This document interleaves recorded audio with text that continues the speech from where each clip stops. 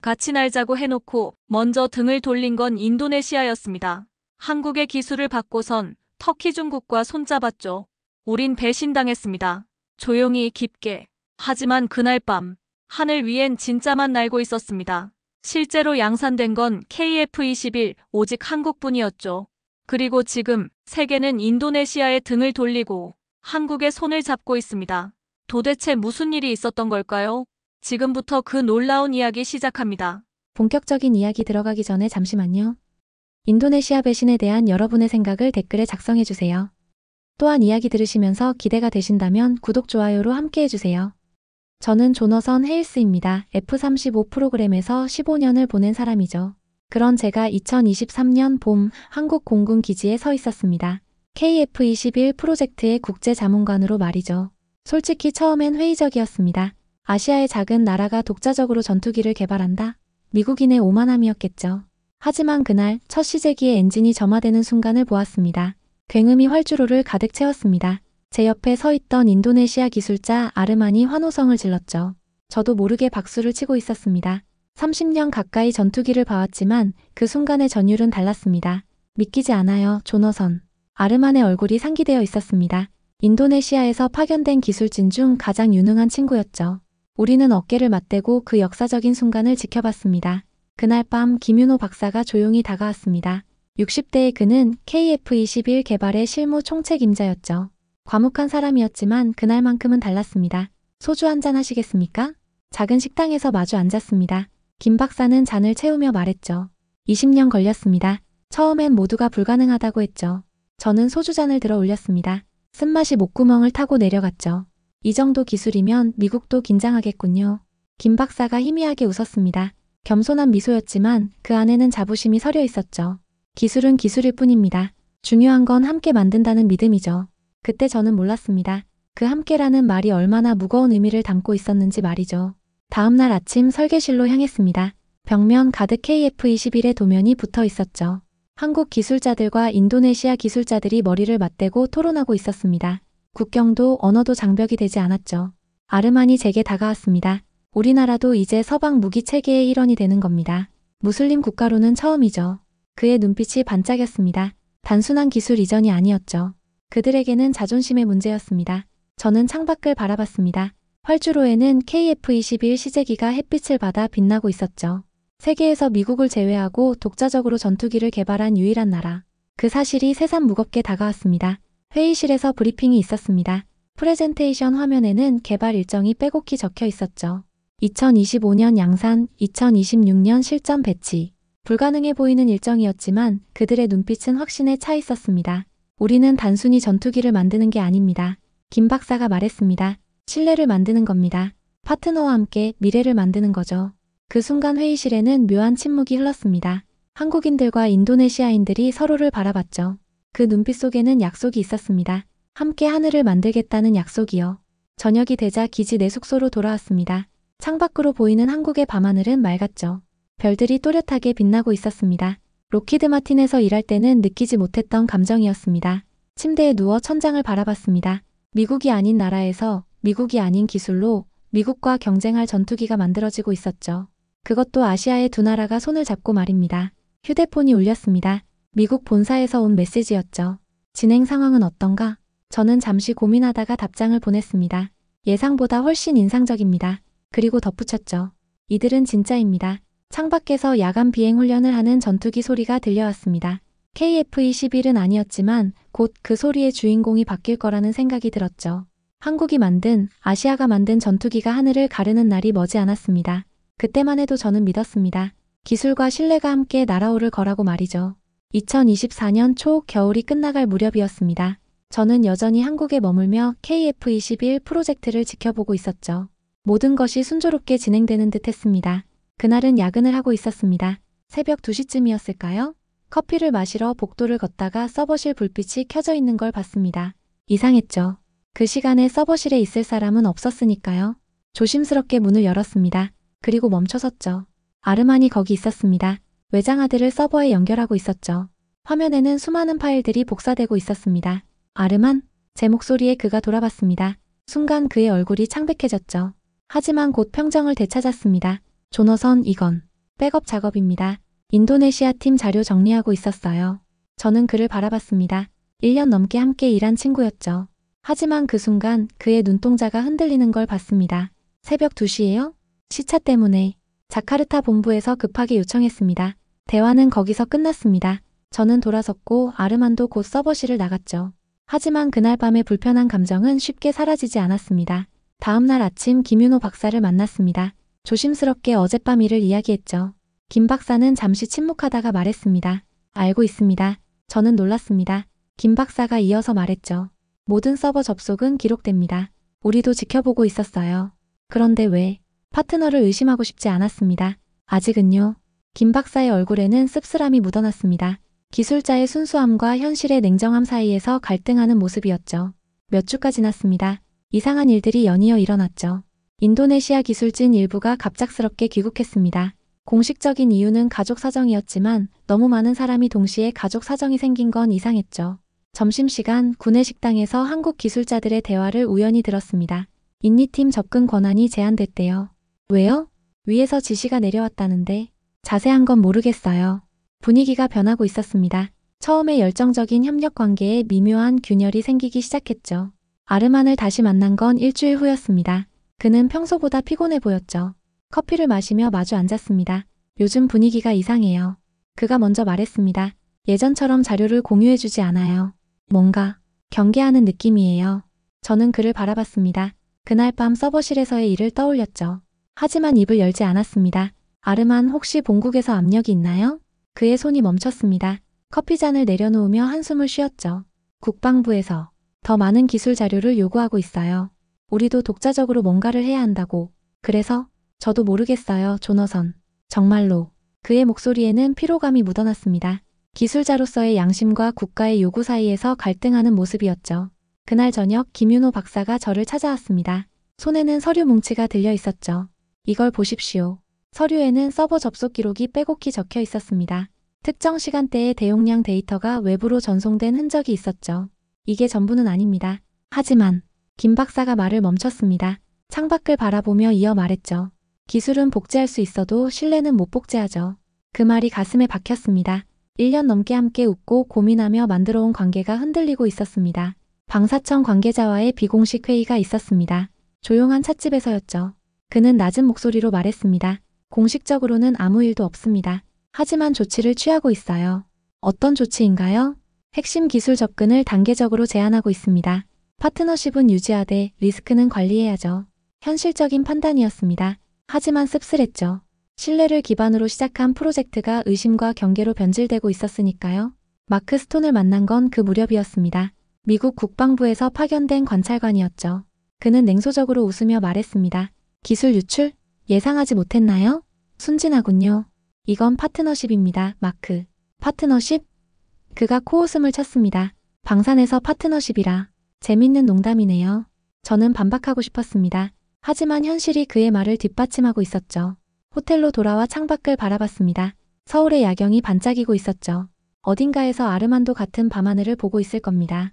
우리는 여전히 같은 프로젝트에서 일하고 있었지만 보이지 않는 벽이 생겨나고 있었습니다.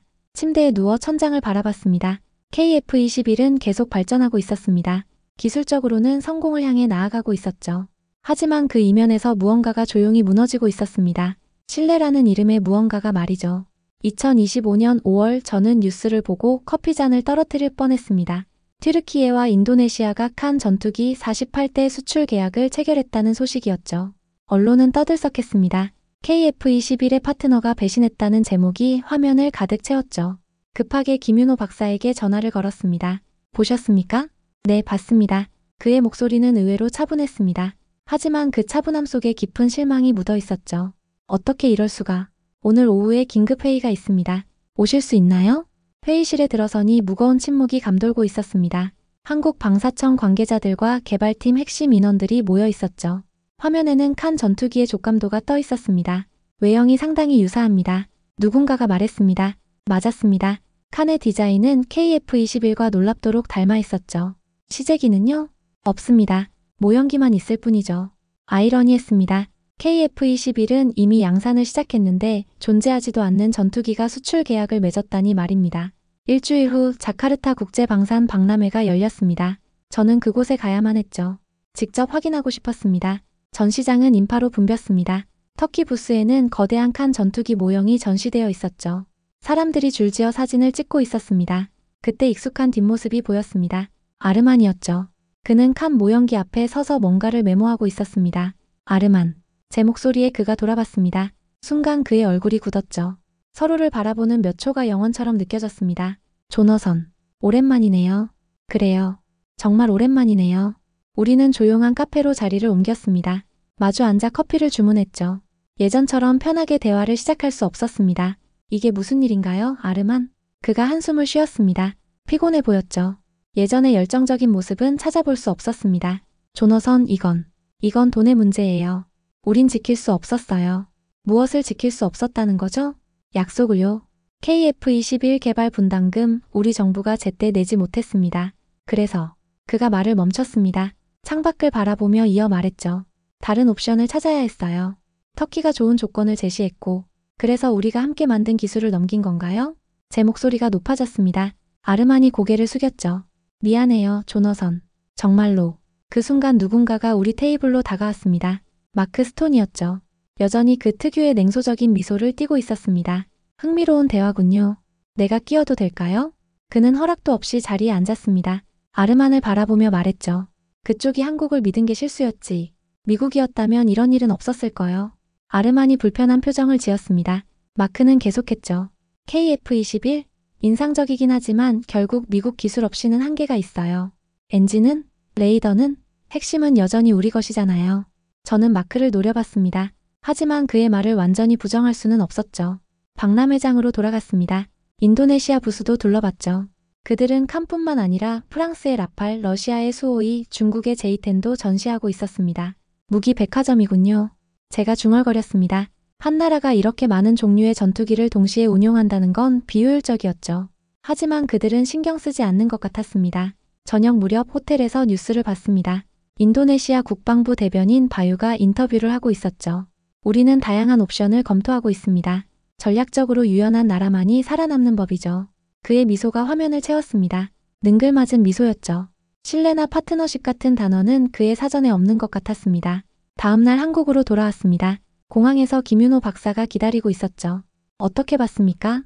모형기뿐이었습니다. 실체는 없었어요. 김 박사가 쓸쓸하게 웃었습니다. 그래도 팔리는군요. 존재하지 않는 전투기가. 차 안에서 김 박사가 말했습니다. 회의가 있었습니다. 인도네시아와의 협력을 어떻게 할 것인가에 대해서요. 결론은요? 계속하기로 했습니다. 계약은 계약이니까요. 저는 놀랐습니다. 배신당했는데도 계약을 지킨다니 말이죠. 왜요? 김 박사가 차창 밖을 바라보며 말했습니다. 우리가 먼저 신뢰를 저버리면 우리도 그들과 다를 게 없으니까요. 그날 밤 숙소에서 자료를 정리했습니다. KF-21은 실제로 하늘을 날고 있었습니다. 반면 칸은 여전히 종이 위에만 존재했죠. 하지만 국제 무기 시장은 실체보다 정치를 더 중요하게 여기는 것 같았습니다. 침대에 누워 천장을 바라봤습니다. 아르만과의 대화가 계속 머릿속을 맴돌았죠. 이건 돈의 문제예요. 돈. 결국 그게 전부였을까요? 1년 넘게 함께 꿈꾸고 만들어온 것들이 돈 앞에서는 아무 의미가 없었던 걸까요? 창밖에서 비가 내리기 시작했습니다. 빗소리를 들으며 생각했죠. 신뢰는 한번 깨지면 다시 붙이기 어렵다고. 마치 깨진 유리처럼 말입니다. KF-21은 계속 발전할 것입니다. 한국은 약속을 지킬 테니까요. 하지만 그 하늘을 함께 날기로 했던 파트너는 이제 다른 곳을 바라보고 있었습니다. 배신의 그림자가 드리운 5월이었습니다. 2025년 6월 초 저는 또 다른 충격적인 뉴스를 접했습니다. 인도네시아가 동시에 4개국과 전투기 도입 계약을 맺었다는 소식이었죠. 프랑스의 라팔, 러시아의 수호 230, 중국의 제이텐C, 그리고 터키의 칸까지. 모두 외상이었습니다. 워싱턴에서 날아온 동료가 전화를 걸어왔습니다. 무기 백화점도 이런 백화점이 없네. 인도네시아가 무슨 생각을 하는 거야? 저도 이해할 수 없었습니다. 서로 다른 체계의 전투기를 동시에 운용한다는 건 악몽이었죠. 정비, 훈련, 부품 수급, 모든 게 지옥이 될 겁니다. 김윤호 박사를 만나러 연구소로 갔습니다. 그는 회의실에서 무언가를 정리하고 있었죠. 보셨죠? 인도네시아의 쇼핑 리스트를. 네, 이해가 안 됩니다. 김 박사가 서류를 내려놓으며 한숨을 쉬었습니다. 전략적 모호성이라고 하더군요. 한 나라에 종속되지 않겠다는. 그게 전략입니까? 그냥 기회주의 아닌가요? 김 박사가 쓸쓸하게 웃었습니다. 우리는 현금으로만 거래합니다. 외상은 안 주죠. 그게 원칙이에요. 그날 저녁 호텔 라운지에서 뉴스를 봤습니다. 바유 위자야가 또 나왔더군요.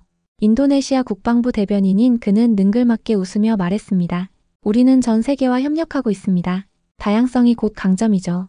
전략적으로 유연한 나라만이 살아남는 법입니다. 전략적 유연성. 듣기 좋은 말이었습니다. 하지만 그 이면에는 무책임함이 숨어 있었죠. 마크 스톤을 다시 만난 건 다음 날이었습니다. 그는 여전히 냉소적이었죠. 봤나?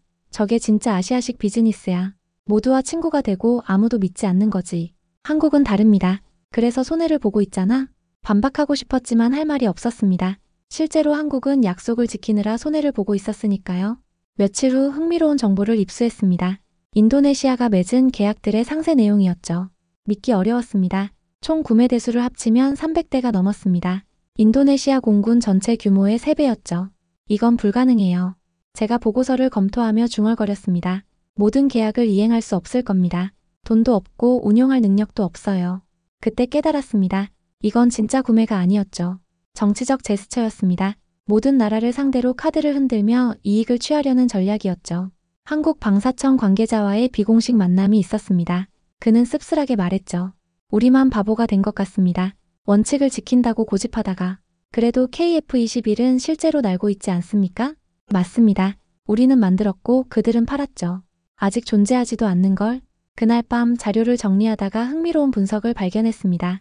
인도네시아가 도입하려는 전투기들의 부품 호환성은 제로였습니다. 각국의 무기 체계가 완전히 달랐죠. 이걸 동시에 운용한다는 건 재앙이었습니다. 반면 KF-21은 달랐습니다. 한국이 체계적으로 구축한 부품 공급망과 정비 시스템이 있었죠. 단순한 전투기가 아니라 하나의 완성된 시스템이었습니다. 일주일 후 충격적인 소식이 또 들려왔습니다. 중국과의 J-10C 계약에서 기술 이전 조항이 발견된 겁니다. 인도네시아가 KF-21 개발 과정에서 습득한 기술을 활용할 수 있다는 내용이었죠. 김윤호 박사의 사무실로 달려갔습니다. 그는 이미 알고 있었습니다. 이제 어떻게 하실 겁니까? 김 박사가 조용히 프로젝트 청사진을 접었습니다. 2년 동안 심혈을 기울인 도면이었죠. 계속합니다. 계속하신다고요? 네. 우리가 할 일을 할 뿐입니다. 그의 눈빛은 담담했습니다. 배신당했지만 흔들리지 않는 장인의 눈빛이었죠. 저녁 무렵 혼자 한강을 걸었습니다. 강물은 변함없이 흐르고 있었죠. 문득 생각했습니다. 한국은 왜 이렇게 정직할까? 손해를 보면서도 원칙을 지키는 이유가 뭘까? 호텔로 돌아와 창밖을 바라봤습니다. 서울의 불빛이 반짝이고 있었죠. 이 도시는 전쟁의 잿더미에서 일어났습니다. 아무것도 없는 상태에서 시작했죠. 그래서일까요? 신뢰의 가치를 아는 것일까요? 뉴스에서 바유가 또 나왔습니다. 여전히 웃고 있었죠. 기술이란 건 공유하는 겁니다. 믿음은 상황에 따라 유연해야죠. 화면을 꺼버렸습니다. 더 이상 듣고 싶지 않았죠. 침대에 누워 천장을 바라봤습니다. 인도네시아는 모든 것을 얻으려다 아무것도 갖지 못할 겁니다. 너무 많은 약속은 결국 아무 약속도 아니니까요. 반면 한국은 하나의 약속을 끝까지 지킬 겁니다. KF-21을 완성시키는 것. 그게 한국식 답변이었죠. 마지막으로 보고서에 한 줄을 적었습니다. 신뢰는 거래가 아니다. 신념이다. 창밖에서 새벽이 밝아오고 있었습니다. 2025년 6월 중순 저는 충남 아산에 있는 KF-21 생산 공장을 방문했습니다. 실제 양산이 시작된 현장을 직접 보고 싶었죠. 김윤호 박사가 직접 안내를 맡았습니다. 공장 입구에서 보안 검색을 받았습니다. 철저했죠. 휴대전화도 맡겨야 했습니다. 방진복을 입고 들어간 조립 라인은 놀라웠습니다. 거대한 공간에서 수십 명의 기술자들이 정밀한 작업을 하고 있었죠. 저기 보이는 분이 우리 최고 기술자 중 한 명입니다. 김 박사가 가리킨 곳에는 50대 초반으로 보이는 여성이 있었습니다. 그녀는 엔진 고정 볼트를 조이고 있었죠. 놀라울 정도로 섬세한 손놀림이었습니다. 20년차 베테랑입니다. 이분이 없으면 라인이 안 돌아가죠. 우리가 다가가자 그녀가 작업을 멈추고 인사했습니다. 김 박사가 저를 소개했죠. 미국에서 오신 자문관님이십니다. 그녀가 미소를 지었습니다. 따뜻한 미소였죠. 전투기 만드는 게 어떻게 보이시나요? 인상적입니다. 정말로. 그녀가 고정하던 볼트를 가리키며 말했습니다. 이거 하나 잘못 조이면 우리 아들이 타는 하늘이 무너져요. 순간 가슴이 먹먹해졌습니다. 그녀의 아들도 공군 조종사였던 겁니다. 그래서 더 신경 써요. 내 아들만 타는 게 아니니까. 누군가의 아들이, 누군가의 딸이 이걸 타고 하늘을 날 거예요. 김 박사가 조용히 덧붙였습니다. 우리 기술자들 대부분이 그런 마음입니다. 단순히 무기를 만드는 게 아니에요. 조립 라인을 따라 걸었습니다. 각 구역마다 수십 명의 기술자들이 묵묵히 일하고 있었죠. 젊은 기술자부터 베테랑까지 남녀노소 구분 없이 한마음으로 움직이고 있었습니다. 여기 계신 분들이 다 정규직인가요? 그럼요. 우리는 사람을 중요하게 생각합니다. 안정적인 고용이 있어야 좋은 제품이 나오죠. 미국 방산업체들과는 달랐습니다. 그들은 프로젝트가 끝나면 대량 해고를 하곤 했죠. 하지만 여기는 달랐습니다. 품질 검사 구역으로 이동했습니다. 한 부품 하나하나를 엑스레이로 검사하고 있었죠. 불량률은 거의 제로에 가까웠습니다. 과한 것 아닌가요? 제가 물었습니다. 과하다고요? 검사 책임자가 대답했습니다. 하늘에서는 실수가 용납되지 않습니다. 단 하나의 결함도 누군가의 생명과 직결되죠. 점심시간 구내식당에서 직원들과 함께 식사했습니다. 평범한 김치찌개와 밥이었지만 맛있었죠. 옆자리에 젊은 엔지니어가 말을 걸어왔습니다. 어떻게 보셨어요, 우리 공장? 놀랍습니다. 이런 열정은 처음 봐요. 그가 자랑스럽게 웃었습니다. 저희 아버지도 여기서 일하셨어요. T50 때부터요. 이제는 제가 KF21을 만들고 있죠. 대를 이어 일하는 사람들이 많았습니다. 단순한 직장이 아니라 자부심의 터전이었죠. 오후에는 완성된 기체를 보러 갔습니다. 도색까지 마친 KF21이 경납고에 서 있었죠. 햇빛을 받아 은빛으로 빛나고 있었습니다. 아름답군요. 제가 감탄했습니다. 김 박사가 기체를 쓰다듬으며 말했죠. 10,000개가 넘는 국내 기업이 참여했습니다. 대기업부터 작은 나사 하나 만드는 영세업체까지. 이건 한 회사의 제품이 아니에요. 대한민국이 만든 겁니다. 그때 깨달았습니다. 이건 단순한 무기가 아니었죠. 한 나라의 의지와 기술 그리고 신념이 담긴 작품이었습니다. 공장을 나오면서 그 여성 기술자의 말이 계속 머릿속을 맴돌았습니다. 이거 하나 잘못 조이면 우리 아들이 타는 하늘이 무너져요. 그녀는 볼트를 조이고 있었지만 실제로는 실내를 조립하고 있었던 겁니다. 한 나라의 미래를 만들고 있었죠. 호텔로 돌아와 메모를 했습니다. 무기는 사람이 만든다. 기술이 아니라 마음으로. 창밖을 바라봤습니다. 저녁 노을이 아름다웠죠. 오늘 본 것들이 계속 떠올랐습니다. 묵묵히 일하는 사람들, 그들의 진심 어린 눈빛, 자부심 가득한 미소들. 인도네시아는 여러 나라와 계약을 맺으며 이득을 취하려 했습니다. 하지만 한국은 다른 길을 선택했죠. 정직하게, 묵묵히 최선을 다해 만드는 길을요. 그날 밤 김 박사가 보내온 메시지를 받았습니다. 오늘 보신 게 우리의 답입니다. 배신에 대한 가장 품격 있는 답변이죠. 맞았습니다. 한국은 말이 아닌 행동으로 답하고 있었습니다. 실제로 하늘을 나는 전투기를 만드는 것으로 말이죠. 침대에 누워 천장을 바라봤습니다. 오늘 만난 사람들의 얼굴이 하나하나 떠올랐죠. 그들은 단순히 일하는 게 아니었습니다. 사명감을 갖고 있었죠. KF21은 곧 대한민국 하늘을 지킬 것입니다. 그리고 그 안에는 수많은 사람들의 정성과 신뢰가 담겨 있을 겁니다. 그 이후로 국제방산 뉴스는 KF21로 뜨거웠습니다. 영국, 인도, 사우디아라비아 등 여러 나라에서 수출 문의가 쏟아졌죠. 실제로 양산에 들어간 전투기의 위력은 달랐습니다. 워싱턴 본사에서 긴급 화상회의 요청이 왔습니다. 화면에는 로키드 마틴 고위 임원들이 나타났죠. 조너선, KF21의 실제 성능이 어느 정도인가? 예상을 뛰어넘습니다. 특히 가격 대비 성능은 우리 F-35도 위협받을 수준입니다. 침묵이 흘렀습니다. 그들도 알고 있었죠. 한국이 더 이상 단순한 구매자가 아니라는 것을요. 다음날 로이터 통신의 기사를 봤습니다. 제목이 충격적이었죠. 인도네시아 국제방산 시장의 불신 국가로 낙인. 기사는 인도네시아의 다중 계약과 기술 유출 의혹을 상세히 다루고 있었습니다. 특히 KF21 프로젝트에서의 배신 행위를 집중 조명했죠. 김윤호 박사에게 전화했습니다. 기사 보셨습니까? 네, 봤습니다. 기분이 어떠신가요? 김 박사가 잠시 침묵하다가 말했습니다. 복수심을 느끼고 싶지 않습니다. 우리는 우리 길을 갈 뿐이죠. 며칠 후 마크 스톤과 다시 만났습니다. 미 국방부와 한국의 FMS 협상이 있었고 그가 참관했죠. 회의가 끝난 후 그가 저를 불렀습니다. 흥미로운 변화야, 조너선. 무슨 변화요? 한국의 태도 말이야. 예전엔 우리가 뭘 줘도 감사하다고 했는데 이젠 다르더군. 그는 담배를 피우며 말을 이었습니다. 한국은 이제 파트너가 아니라 경쟁자군요. 그의 목소리에는 인정하기 싫은 현실에 대한 불편함이 묻어났습니다. 인도의 방산 관계자를 만날 기회가 있었습니다. 그들은 KF21에 큰 관심을 보였죠. 인도네시아와의 일은 유감입니다. 하지만 그것이 오히려 한국의 신뢰성을 증명했죠. 무슨 의미인가요? 배신당했음에도 계약을 지키는 나라. 그런 나라와 일하고 싶은 거죠. 아이러니했습니다. 인도네시아의 배신이 오히려 한국의 가치를 높인 셈이었으니까요. 사우디 관계자와의 만남도 있었습니다. 그들은 더 직설적이었죠. 우리는 신뢰할 수 있는 파트너를 원합니다. 여러 나라에 동시에 추파를 던지는 나라는 믿을 수 없죠. 인도네시아를 겨냥한 말이었습니다. 국제방산 시장에서 그들의 평판은 이미 바닥이었죠. 김윤호 박사의 연구실을 다시 찾았습니다. 그는 손에 오래된 못자국을 보고 있었죠. 수십 년간 일하며 생긴 흔적이었습니다. 이제 우리가 만든 게 뭔지 알겠지요. 그가 웃으며 말했습니다. 단순한 전투기가 아니었군요. 맞습니다. 우리는 신뢰를 만들었어요. 그리고 세계가 그것을 알아봤죠. 영국 제인스 디펜스의 분석 기사를 읽었습니다. KF-21을 아시아의 기적이라고 표현했더군요. 기술력도 인상적이지만 더 놀라운 건 개발 과정의 투명성과 신뢰성이라고 평가했습니다. 반면 칸 전투기는 여전히 실체가 없었습니다. 2028년 양산이라고 하지만 아무도 믿지 않았죠. 빈 약속만 남발한 대가였습니다. 호텔 라운지에서 뉴스를 보고 있는데 옆 테이블에 대화가 들렸습니다. 유럽의 방산 관계자들이었죠. 인도네시아? 그들과는 일하기 어려워. 약속을 너무 쉽게 바꾸거든. 한국은 어때? 완전히 다르지. 그들은 한번 약속하면 끝까지 지켜.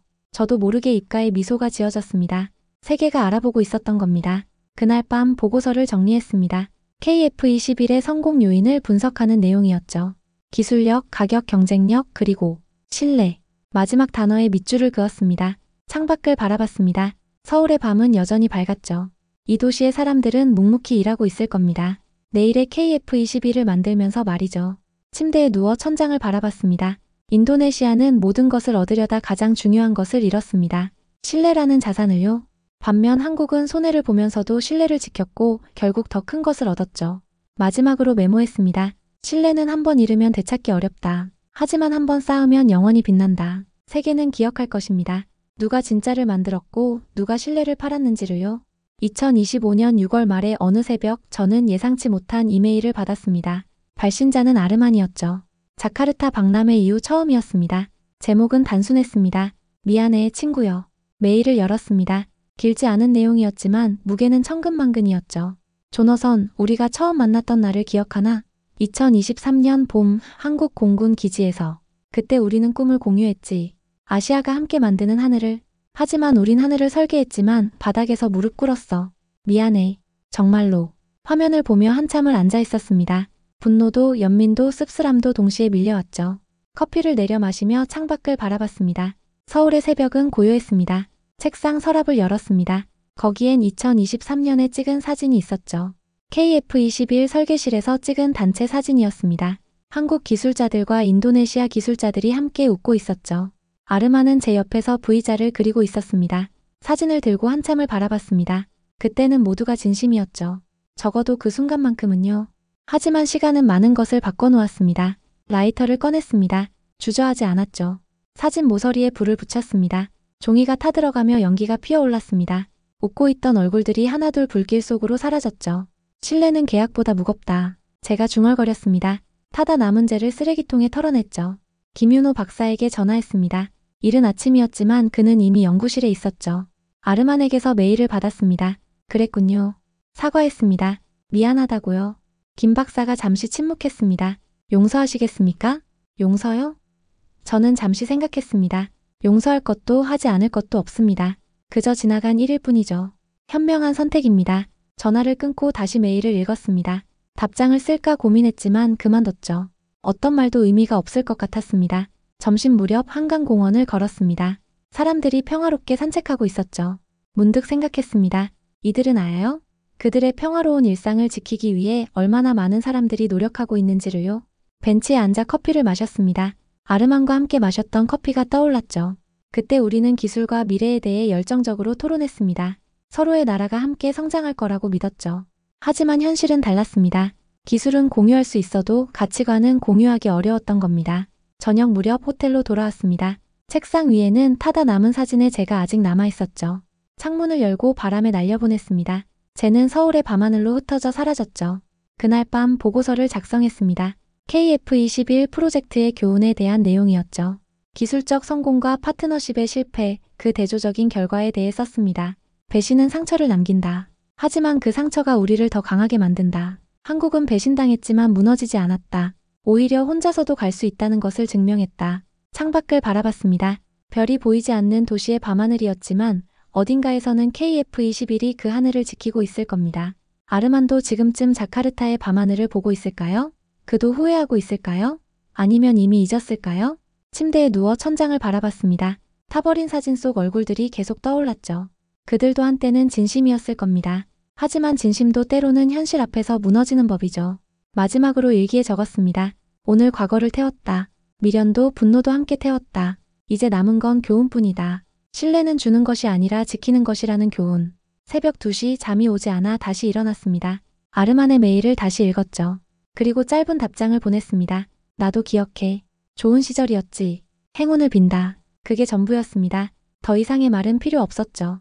우리는 각자의 길을 가야 했으니까요. 창밖에서 새벽을 알리는 새소리가 들려왔습니다. 새로운 날이 시작되고 있었죠.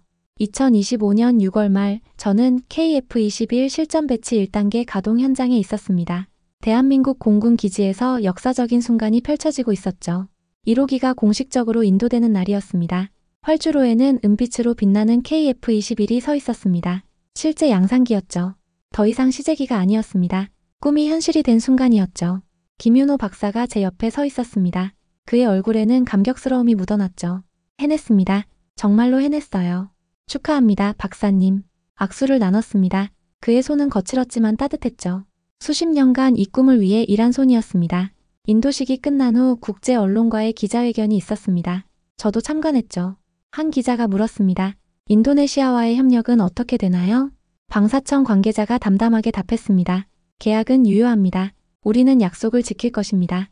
또 다른 기자가 물었죠. 칸 전투기와의 경쟁을 어떻게 보시나요? 경쟁이요?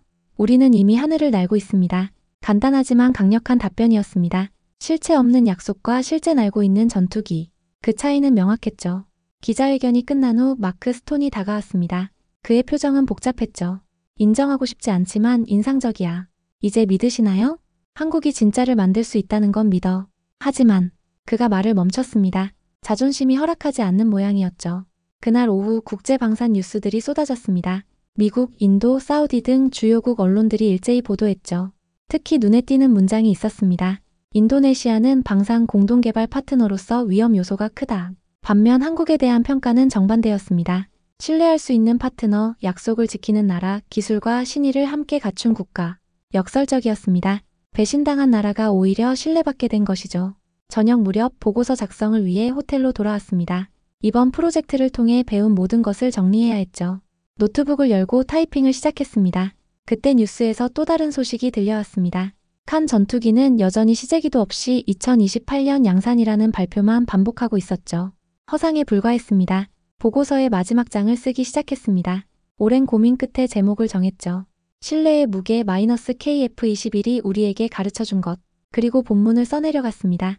기술적 성과, 경제적 가치, 전략적 의미. 하지만 가장 중요한 건 마지막 문단이었습니다. 한참을 고민하다가 펜을 들었습니다. 그리고 천천히 한 글자 한 글자 정성스럽게 썼죠. 한국은 무기를 팔지 않았다. 신뢰를 건넸다.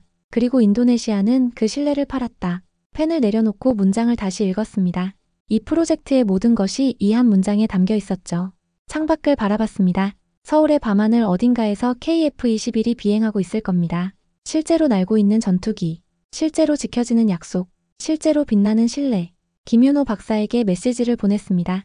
박사님, 결국 우리가 이겼습니다. 곧 답장이 왔죠. 아니요, 이긴 게 아닙니다. 그저 우리 할 일을 했을 뿐이죠. 미소가 지어졌습니다. 그게 한국식 답변이었죠. 거창하지 않게, 조용히 하지만 확실하게. 마지막으로 창가에 서서 깊은 숨을 들이쉬었습니다. 이 프로젝트는 제게 많은 것을 가르쳐 주었죠. 기술의 힘, 신뢰의 가치, 그리고 진정한 파트너십의 의미를요. KF-21은 계속 날 것입니다. 한국의 하늘에서, 그리고 언젠가는 세계의 하늘에서도요. 그 날개에는 기술뿐만 아니라 신뢰가 실려 있을 겁니다. 침대에 누워 천장을 바라봤습니다. 내일이면 저는 미국으로 돌아갑니다. 하지만 이곳에서 본 것들은 평생 잊지 못할 겁니다. 한국은 증명했습니다. 작은 나라도 큰 꿈을 이룰 수 있다는 것을요. 그리고 가장 중요한 건 그 과정에서 품격을 잃지 않았다는 것입니다.